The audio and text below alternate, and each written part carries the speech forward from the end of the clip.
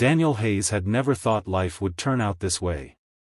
At 32, he found himself juggling 2 jobs, countless sleepless nights, and the responsibility of raising his 6-year-old twin daughters, Lily and Emma, all on his own. His wife, the love of his youth, had passed away when the girls were just toddlers, leaving behind an emptiness in his heart that never seemed to heal. He buried his grief in hard work, fixing cars at a small local garage by day and doing delivery shifts by night just to keep food on the table and the roof over their heads. But no matter how exhausted he was, when he came home to see those 2 pairs of sparkling eyes looking up at him, waiting for bedtime stories, his heart softened, and he knew it was worth every sacrifice. Still, managing everything alone had become unbearable lately, especially since the twins were growing more mischievous and demanding. They were smart, curious, and full of energy, which made Daniel proud but also worried. Because he simply didn't have the time or energy to give them the care and attention they deserved.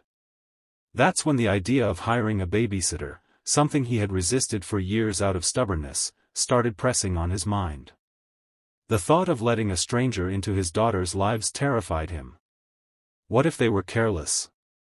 What if they didn't understand how special Lily and Emma were, or worse, hurt them?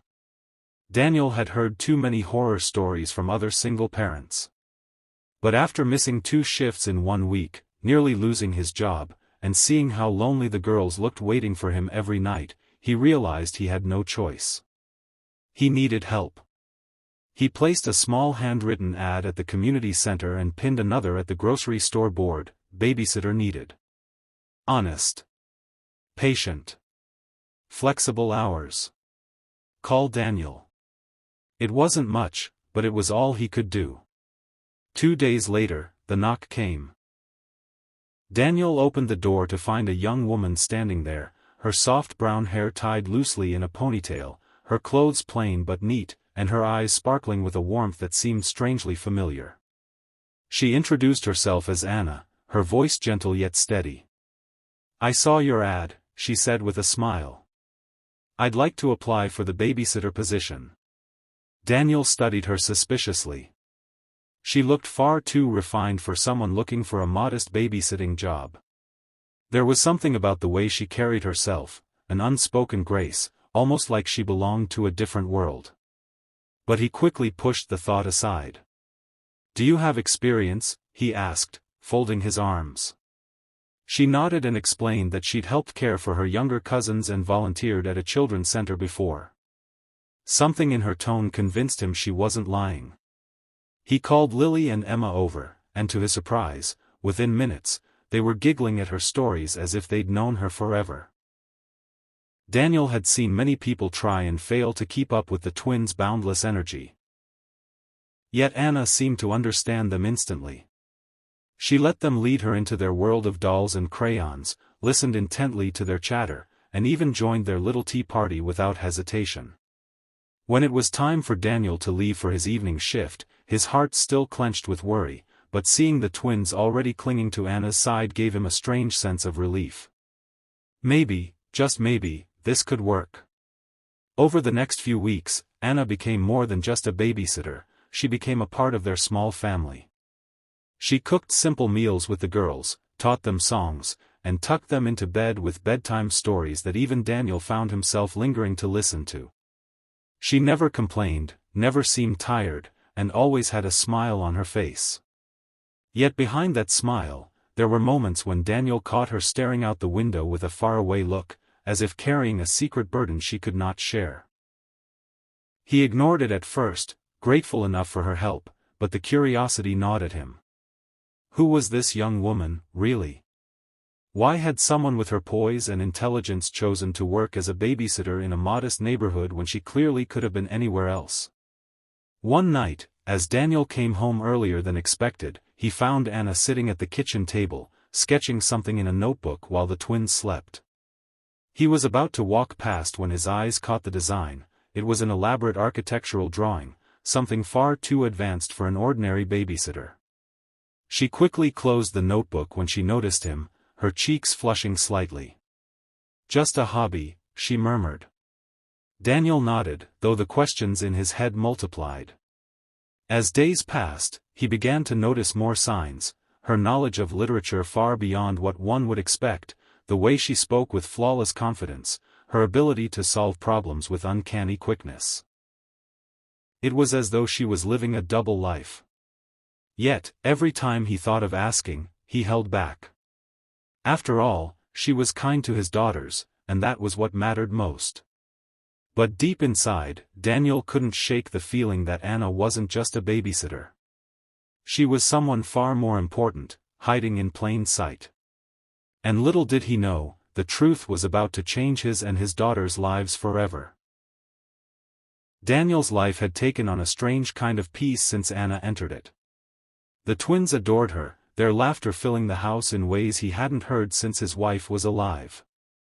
He often found himself standing at the doorway, watching as Anna braided Lily's hair while Emma sang silly songs beside her. The sight stirred something deep within him: gratitude, admiration, and a cautious kind of hope. Yet, as comforting as Anna's presence was, Daniel couldn't ignore the mystery surrounding her. There were little slip-ups, moments when her polished words revealed she knew things only the wealthy or highly educated would. Once, when they passed by the grand building in town that housed Kingston Enterprises, the largest corporation in the city, Daniel noticed Anna's expression stiffen. Her eyes lingered on the golden logo etched above the doors, her lips pressing into a thin line. He wanted to ask her about it, but before he could, the twins tugged at his sleeve, and the moment passed. The truth revealed itself one rainy Friday night. Daniel had come home late, dripping wet from a broken umbrella. As he opened the door, he found Anna in the living room, pacing with her phone in hand. She hadn't noticed him yet, and her voice was sharp, trembling with suppressed anger. "Father, I told you I'm not coming back yet.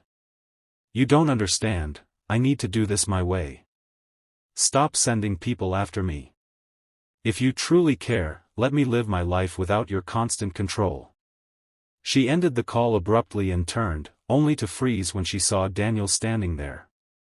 Her face went pale, and for a long moment, neither of them spoke. Daniel, still clutching his wet jacket, tried to process what he'd heard. Father? Control? What was she running from? Anna's shoulders slumped as if the weight of her secret had finally become too heavy to carry. She sat down on the couch, gesturing for Daniel to join her. "You deserve the truth," she whispered. "I'm not just a babysitter. My full name is Anna Kingston. My father is Richard Kingston, the CEO of Kingston Enterprises." Daniel's eyes widened. He'd heard that name countless times. Richard Kingston was one of the most powerful and wealthiest men in the state. He looked at her in disbelief. The Kingston Enterprises? The billionaire? She nodded slowly, her eyes shining with a mixture of pride and pain. Anna explained everything. She had grown up surrounded by luxury, mansions, private schools, endless opportunities. Yet, beneath the surface, her life had been suffocating. Her father dictated everything, from the clothes she wore to the friends she kept, even the career path she was supposed to follow. "I felt like a puppet on strings," she confessed.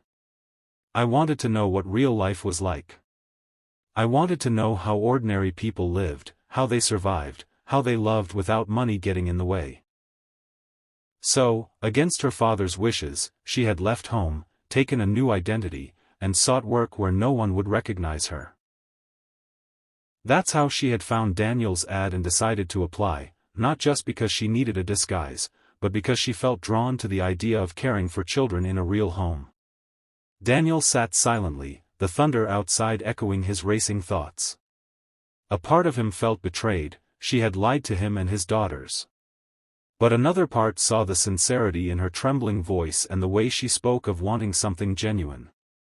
He wanted to be angry, but when he thought of how the twins had flourished under her care, the anger softened into confusion. "Why us?" he finally asked. "Out of all the places you could have gone, why my girls?" Anna smiled faintly, tears brimming in her eyes. "Because when I saw your ad, I saw more than words on a paper. I saw a father who loved his daughters so much he was willing to swallow his pride and ask for help. I wanted to be part of something real, something filled with love. And I found it here." Before Daniel could respond, another knock rattled the door. He opened it cautiously and was met with two men in suits, their expressions cold and professional. "Mr. Hayes?" one asked. "We're here on behalf of Mr. Kingston. We've come to collect his daughter." Daniel turned back to Anna, who shook her head furiously. "Please, don't let them take me," she begged, her voice breaking. The twins, awakened by the noise, came running down the stairs, clinging to Anna's arms. "Don't take our Anna," they cried. The sight pierced Daniel's heart. He stood taller, squaring his shoulders. "She's not going anywhere," he said firmly. "This is my home, and you're not dragging her out against her will." The men hesitated, then left with a warning, "Mr. Kingston will not be pleased." The door shut, and silence filled the room except for the twins' sniffles. Daniel looked at Anna, who was trembling but relieved. In that moment, he made a decision: whatever her past, whatever her name, Anna was part of their lives now. He wouldn't let anyone tear that away. Days later, Richard Kingston himself arrived. He was an imposing man, tall and commanding, his presence filling Daniel's modest home as if it were a courtroom. "Mr. Hayes," he said in a voice that carried both authority and disdain, "my daughter does not belong here. She has responsibilities, an empire to inherit. I cannot allow her to waste her life like this." Anna stood firm beside Daniel, her hand clutching his arm. "Father, this is where I belong. These girls need me, and I need them.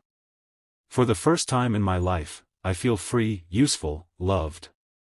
Can't you see that?" Richard's eyes flicked to Daniel, cold and calculating. "And you, Mr. Hayes? Do you really think you can protect her from the world she comes from? She's not like you. She will outgrow this life." Daniel felt the weight of the words, but before he could reply, Lily and Emma spoke up in unison, "We love Anna. She's our family now." Their innocent voices carried more power than any argument. Anna knelt, hugging them tightly.